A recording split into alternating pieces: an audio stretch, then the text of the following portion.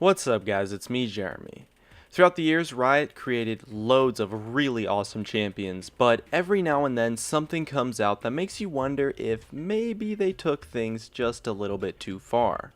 As we go through the top 10 overloaded champion kits in League, we'll be measuring these champions by their utility, versatility, and the raw amount of tools that the champion has within their kit. And it is worth mentioning that just because a champion has an overloaded kit does not mean that they are overpowered. In fact, a lot of the champions on this list are reasonably weak right now, and are that way due to massive nerfs they have received as a result of their champion being overloaded. Anyways, let's get started. At number 10, we have Aurelia, and if we take a look at her kit, it's no surprise. With targeted crowd control, true damage, a great gap closer that is extremely versatile since it resets its cooldown on a kill, loads of sustain, and tenacity. Now, Aurelia is maybe a little bit weird for this list because when you play her, she doesn't always feel overloaded, because it's her passive of giving her so much sustain and the super strong passive that gives her tenacity up to as much as 40% that truly makes her overloaded. And because of her kit, she's been super strong for a really long time and has had loads of success at the competitive level. Next up at number 9, it's Nidalee. Any champion that has two forms is bound to have an overloaded skill set simply due to the fact that they technically have 7 abilities, and Nidalee is no exception. Her mobility shines out a lot since it can be both targeted and directional, as well as, let's not forget, her movement speed bonus from her passive, in addition to her traps that can be a great tool for vision, as well as her heal and the attack speed it gives, and percent missing health damage on her takedown, as well as her extremely high range and solid poke, and you're left with a pretty crazy champion.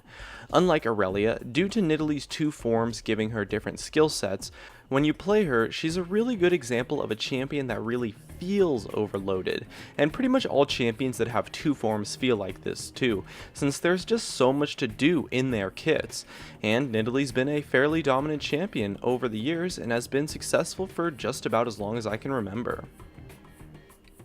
And at number 8, we have Rek'Sai. Ever since Rek'Sai was released, she's been a super strong jungle champion, and it's mostly due to the large amount of tools that her kit has to succeed. With an area of effect knockup, strong AoE damage for clearing camps, sustain through her Fury Bar, true damage, passive attack speed, a global teleport, and super good mobility and map movements, and let's not forget, a passive that gives her vision of all enemies near her in a huge radius, and it's no wonder that Rek'Sai has remained one of the strongest jungle picks in the game, and has dominated the meta quite effectively ever since her release.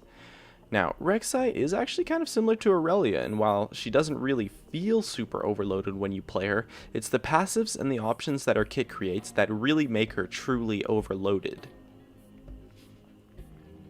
Next up at number 7, we have Yasuo. He's probably a prime example of a kit that is extremely complicated to understand and to play, mostly due to his passive and his Steel Tempest, and that's generally because those skills are really overloaded and essentially really complicated. And in turn, this kind of makes him feel really overloaded too, in having a shield to absorb poke damage, reduced cooldown on his Steel Tempest based on attack speed, a high range area of effect knockup that can also be in an AoE melee radius, as well as his ultimate being what is essentially a second knockup, and some crazy powerful dashes, especially when he's near a creep wave, and a wall that blocks all projectiles, not to mention the fact that he doesn't have to use mana. And with all of those tools, Yasuo has typically been quite a frustrating champion to play against, and although he isn't as strong as he used to be, mainly due to a huge amount of nerfs, he's still played every once in a while and has had a lot of success, mainly due to the fact that he's so overloaded. And at number 6, we have Azir. With his passive to give him a ton of attack speed, a slow, 2 knockups in his kit, a shield, super high ranges, and the ability to manipulate where his auto attacks are coming from, and having auto attacks scaling off of AP, extremely high ranged mobility, and let's not forget the ability to create turrets, and you're left with a champion that has some actually really difficult mechanics because of how overloaded his kit is, but when played at the highest level, the true power due to the raw tools in his kit really shines through. He fell off a tiny bit from the meta when Riot nerfed his ranges super hard, but he's always been a champion that really feels like he has so much potential within his kit when you play him. And after giving some love to his ranges again, he's easily a top tier mid laner right now. Next at number 5, it's Gnar. Once again, we have a champion who has 2 forms, essentially giving them 7 abilities, and with 2 slows, an AoE knockback, a stun, percent maximum health damage that gives him movement speed, strong mobility, passive attack speed or tankiness depending on his form, as well as not having to use mana for all of this, and having a huge attack speed passive, and we're left with a champion that is quite difficult to play, but has some crazy tools to work with, which as a whole really makes him feel like an overloaded champion when you play him. Gnar has seen loads of success at the competitive level, and even with some nerfs, he's definitely still a really viable option right now.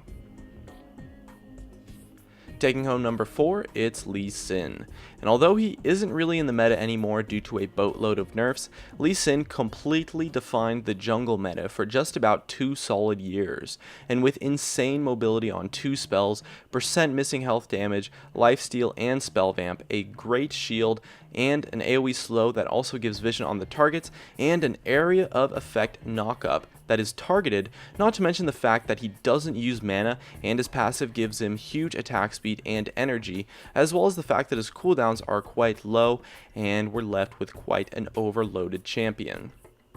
His kit used to be a small amount more overloaded as well, with things like armor shred, and so the nerfs actually hurt him a decent amount, and when he was strong, he was like a crazy champion, and the fact that he essentially has 7 abilities as well certainly helps him a lot. And overall, his kit is extremely dynamic and gives you loads of versatility and tools to make plays in your game.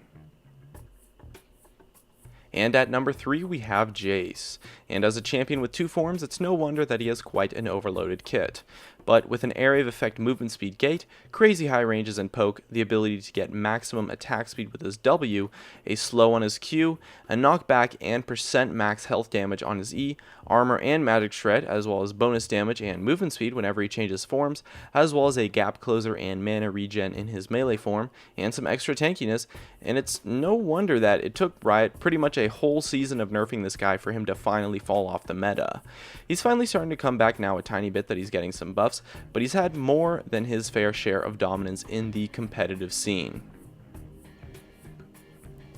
Next up at number 2, it's one of the newest champions, Echo. And even though it's still close to his release, it's no secret that this guy's kit is pretty crazy. He's got a crazy area of effect stun that also gives him a great shield, a passive that slows and gives him movement speed, another slow on his time winder, percent missing health damage, a double dash on his phase drive, and another jump on his ultimate that heals him for a ton and makes him untargetable, and we're left with a pretty crazy champion on his release. Although the nerfs to his kit are definitely going to tone him down a little bit, his kit is still quite overloaded since he has so many tools and so much utility and versatility.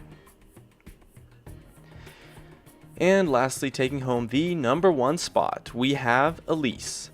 And as another champion with 2 forms, giving her what is essentially 7 abilities,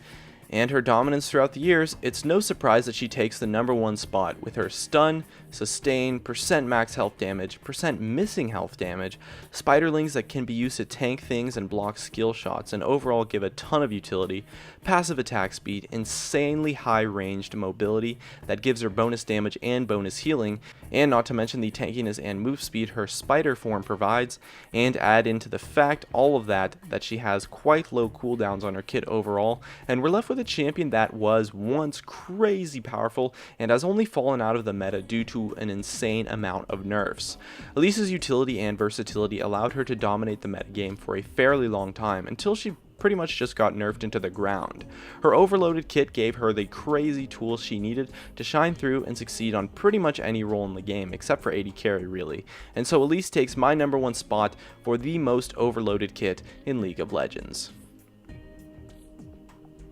And that just about wraps it up. If you enjoyed the video, make sure to subscribe and hit that like button, as well as you can check out some of my other videos on the screen too to help support me. Thank you guys so much for watching, and of course, I'll see you guys next time.